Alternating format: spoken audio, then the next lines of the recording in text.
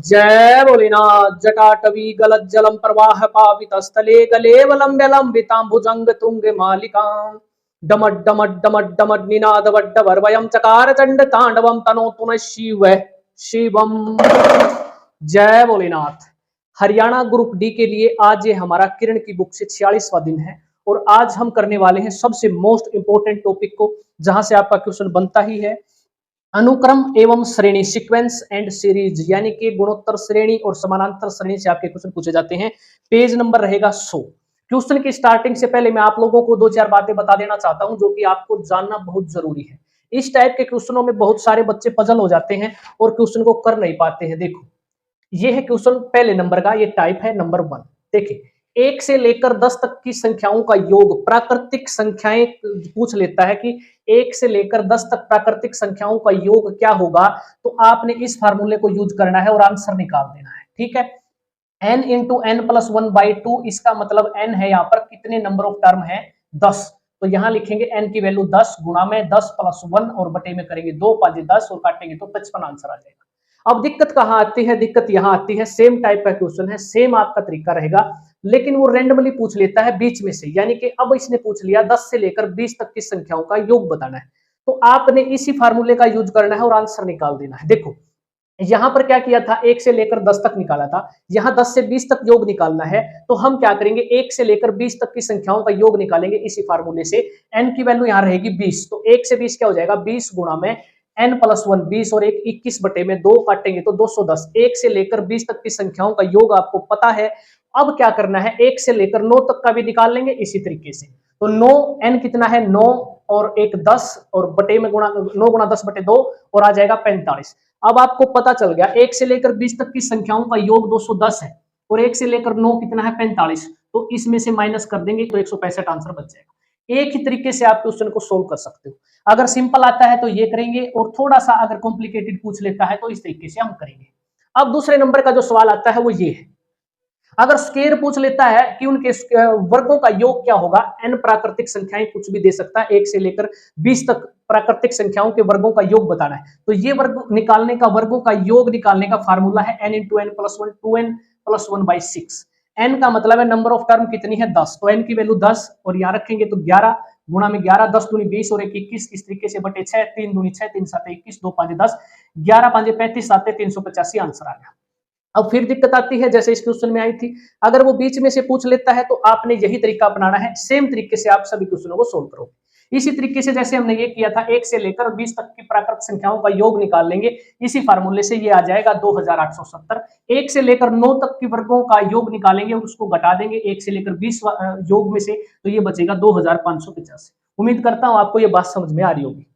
अब आता है तीसरे नंबर का टाइप, यहां पर क्यूब पूछ लेता है घनों का योग, प्राकृतिक संख्याओं के घनों का योग अगर 1 से लेकर पूछता है 10 तक, तो आपने फार्मूला यही यूज करना है n इंटू एन प्लस 1/2, जैसे ये था, बस उसका जो आंसर आता है उसका स्क्वायर करना है और ये इस तरीके से आपने आंसर निकाल देना। देखो 10 यहां पर निकालना है, n कितना है 10 गुणा में 11 बटे में 2 2 5 10, ये हो जाएगा 55 और 55 का स्क्वायर 3025 आ गया आंसर। अब बीच में से अगर वो पूछता है, जैसे इनको निकालते आए हैं, तो बीच में से निकालने का मैंने तरीका आपको बता दिया, इस तरीके से निकालेंगे।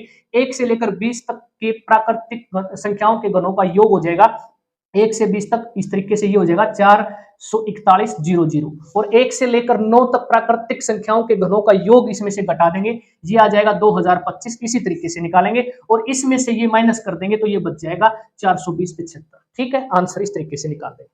चौथे टाइप का क्वेश्चन जो बनता है वो ये बनता है, आपको विषम संख्याएं दे देगा, इतनी विषम संख्याओं का योग क्या होगा, जितनी विषम संख्याएं होती हैं उसका स्क्वायर कर देना, आंसर आ जाएगा। जैसे 1 से लेकर यहाँ पर पूछ ले 20 तक की विषम संख्याओं का योग क्या होगा, 1 से लेकर 20 तक विषम संख्याएं कितनी होती हैं, उनका आधा होती है, 20 का आधा कर देना, उतनी ही तो बनेगी 10 संख्याएं विषम और 10 सम बनती है। ठीक है, 1 से लेकर 20 तक विषम संख्याएं 10 बनेगी और 10 का योग स्क्वायर कर देना, आंसर आ जाएगा इस तरीके से। अब आपको पूछ लेता है वो सम संख्याओं का योग निकालना होता है, जैसे 2 4 6 8 10 और 12, इस तरीके से 20 तक निकालना है, तो आपने ये फार्मूला यूज करना है n इंटू एन प्लस 1। संख्याएं कितनी है, 1 से लेकर 20 तक 10 10 विषम होती हैं और 10 सम होती है, 10 सम संख्याएं होती हैं, तो n की वैल्यू है 10 और गुणा में करेंगे 10 प्लस 1 11, आंसर कितना आ जाएगा 110। अब हम शुरुआत करते हैं क्वेश्चन की, टाइप नंबर 1 का पहला क्वेश्चन। श्रेणी 1+3+5 के कितने पदों को जोड़ा जाए उनका योग क्या बन जाए 196 ये हो जाए। अभी अभी मैंने बताया है, जब भी आपकी विषम संख्याओं का योग की बात करें तो विषम संख्याओं का योग होता है जितनी भी संख्याएं हैं उसका स्क्वायर कर देना, वो योग हो जाता है। और यही दे रखा है योग क्या दे रखा है, ये दे रखा है 19600। ठीक है, और हमने n की वैल्यू बतानी है कि कितने पदों को जोड़ते हुए चलेंगे कि आपका ये योग बन जाए 19600। तो आपको पता है n का स्क्वायर सीधा ये आ जाएगा, यहां से आपको दोनों तरफ अंडर रूट कर देना है, n की वैल्यू आ जाएगी, 2 से अंडर रूट कैंसिल हो जाएगा, तो n किसके बराबर हो जाएगा 196 किसका स्क्वायर होता है 14 का, तो ये हो जाएगा 140 का स्क्वायर, तो ये हो जाएगा आंसर। तो n की वैल्यू क्या आ जाएगी 140, ऑप्शन नंबर 1। क्वेश्चन नंबर 2, 5, 13, 21 और 181 का योग बताना है कि क्या होगा। देखो, जब भी आपको योग निकालने की बात करता है तो फार्मूला आपको पता है, एस एन योग क्या होता है नंबर ऑफ टर्म बटे में 2, ए पहला पद होता है ये होता है ए, और एल होता है लास्ट वाला पद, एल की वैल्यू है 181। अब आपको पता है ए का भी पता है एल का भी, लेकिन एन का नहीं पता कि ये नंबर ऑफ टर्म कितनी है। तो यहां से नंबर ऑफ टर्म एनवा पद कैसे निकालते हैं, उसके लिए आपको ये चीज याद रखनी है, A plus N minus 1 into D. A की वैल्यू कितनी है 5, ये होता है पहला पद, प्लस ये टीएन होता है लास्ट वाला पद 181 बराबर है ए पहला पद प्लस एन माइनस 1। डी का मतलब होता है सार्वंतर, सार्वंतर का मतलब जो दूसरा पद है ना, इस पद में से पहला पद घटा के देख लेना, 13 में से 5 गया 8, इन सभी का गैप आपको बराबर मिलेगा क्योंकि एक समानांतर श्रेणी है। 21 में से यहाँ पर 13 माइनस करके देख लेना तो भी आपका कितना आएगा 8, तो इनका सार्वंतर कितना आ गया 8 आ जाता है। तो यहां रख देना इसमें 8, तो यहां से 5 इसको क्या करेंगे माइनस कर लेंगे, तो 181 में से 5 गया 176 is equal to n minus 1 into 8, 8 से डिवाइड करेंगे तो 22 बराबर है n माइनस 1, n की वैल्यू 23 आ गई। अब इसमें रख देना, आंसर आ जाएगा n की वैल्यू 23 है और बटे में 2, पहला पद आपको पता है 5 है और लास्ट वाला 181 है, इसको जोड़ेंगे तो कितना बनेगा 186 बनेगा, ये 186। अब यहां से इसको कैंसिल कर देते हैं, तो 2 से काट लेना, 2 नीमा 18, 2 तिया 6 और 23 को 93 को गुणा कर देना, आंसर कितना आ जाएगा 2139, ये आंसर हो जाएगा। क्वेश्चन को सोल्व करने का बेस्ट तरीका है। क्वेश्चन नंबर 3, समानांतर श्रेणी के 20 पदों का योग बताना है। ये एक समानांतर श्रेणी है, कैसे पता चलेगी, दूसरा पद में से पहला पद अगर हम माइनस करते हैं घटाते हैं तो कितना बनता है यहाँ पर माइनस का 5, तो इसी प्रकार दूसरे पद से तीसरे पद से फिर ये दूसरा माइनस करेंगे तो ये हो जाएगा माइनस का 5, इनका डिफरेंस बराबर है, तो ये क्या है एक प्रकार से समानांतर श्रेणी में है।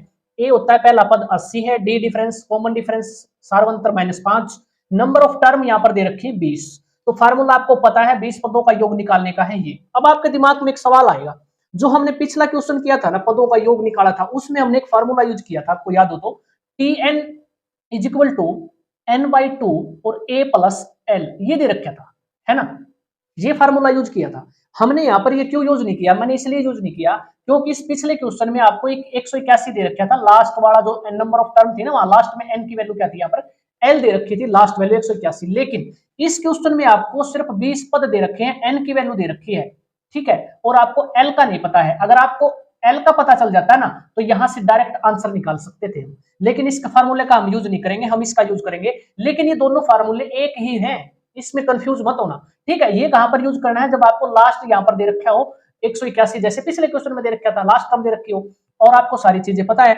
ऐसे ये फार्मूला जब यूज करेंगे जब आपको 20 पदों का योग निकालना हो, 30 पदों का, 40 पदों का, इस तरीके से निकालना पड़ जाए, तब हम ये फार्मूला यूज कर लेंगे। अब हमने ये यूज कर लिया, एन आपको पता है 20 है, 20 बटे 2, 2 गुणा में पहला पद आपको पता है 80 प्लस एन आपको पता है 20 पद, एन 20 माइनस 1 इंटू डी क्या है माइनस का 5, ये ध्यान रखना, इसको गुणा करेंगे। अब देखो इससे ये काटेंगे तो 10, 8 80 दूनी 160 माइनस, देखो माइनस 5 को यहां गुणा करेंगे, पहले 20 में गुणा करेंगे तो 5 दूनी 10, 20 5 100, ये माइनस का हो जाएगा, तो यहाँ प्लस है तो माइनस का 100 और माइनस का 1 और माइनस का 5 गुणा करेंगे तो प्लस का हो जाएगा, ठीक है। इस तरीके से 160 में से 100 गया 60 और प्लस 65 और 65 में 10 गुणा करेंगे तो ये आंसर आ जाएगा।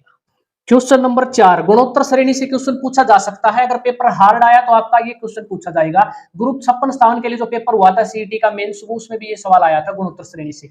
समानांतर श्रेणी होती है जिन पदों के बीच में समान अंतर होता है उसे समानांतर श्रेणी बोलते हैं। गुणोत्तर श्रेणी जैसा कि आपको नाम से ही पता चल जाता होगा, गुणा, तो दूसरे पद को पहले पद से भाग करके देखेंगे तो ये आ जाएगा 3 तिया 9, इसको डिवाइड करके देखेंगे 9 से तो 9 तिया 27, इसी तरीके से देखो 3 तिया 9, 9 तिया 27, 27 तिया 81, तो nवां पद बताना है। इसमें क्या होगा, फार्मूला आपका ये रहेगा a इंटू आर की पावर n माइनस 1।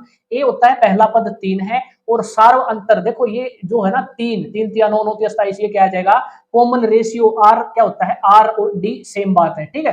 तो यहाँ पर आर की वैल्यू क्या हो जाएगी 3, तो हम कैसे निकालेंगे, पहला पद 3, आर की वैल्यू है 3 n माइनस 1, और 3 की पावर 1 होता है यहाँ पर, और tn किसके बराबर हो जाएगा, जब बेस बराबर और गुणा में दे रखा हो तो पावर जुड़ जाती है, तो 3 की power 1 plus n minus 1, minus का 1 प्लस का 1 कैंसिल हो जाएगा, तो tn किसके बराबर आ जाएगा, 3 की पावर n, और ये आंसर हो जाएगा। क्वेश्चन में जो दे रखा है ऑप्शन में, यहाँ पर ऑप्शन नंबर 1 इसका राइट आंसर होना चाहिए, लेकिन यहाँ पर जो आंसर की दे रखी है उसमें आपका ऑप्शन नंबर 3 राइट आंसर दे रखा है, जो कि गलत है, ठीक है। एक्चुअल में आंसर ये हो जाएगा।